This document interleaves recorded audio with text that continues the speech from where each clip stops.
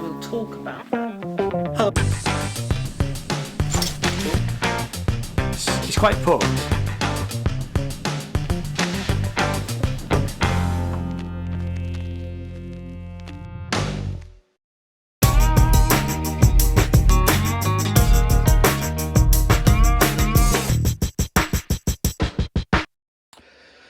So here we are in the office, and here is the guitar that we're going to work on.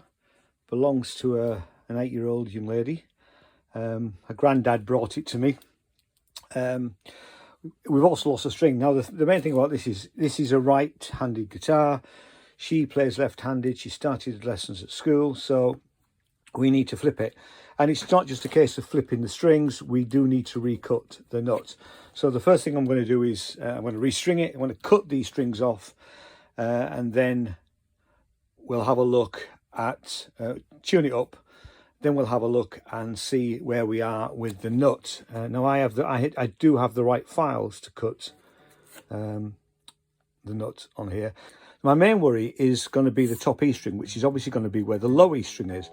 Now the cut on that is already quite deep, and sometimes that might catch on the fretboard. That's the main worry. We've got no truss rod, so surprisingly, I'm surprised this is steel strung and not nylon strung, but I've checked online and it does seem to be that all of the other versions of this guitar, but it's called a Ready Ace, are steel strung.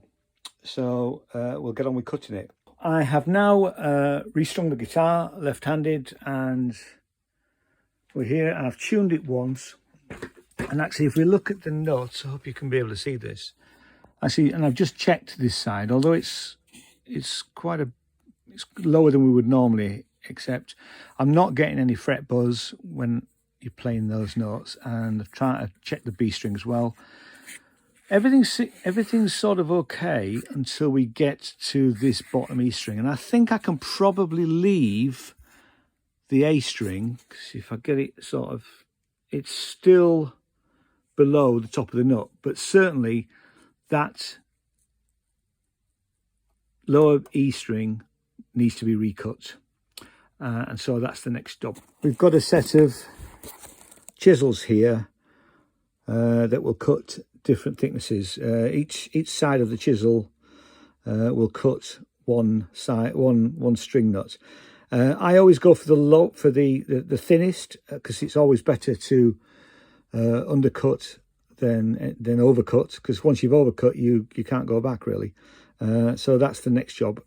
So this red one has got the thinnest edge, and what we're going to do is we're going to just slacken off this bottom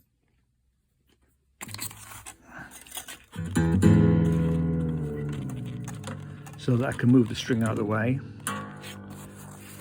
And then what we're going to do is just very gently rub it like that.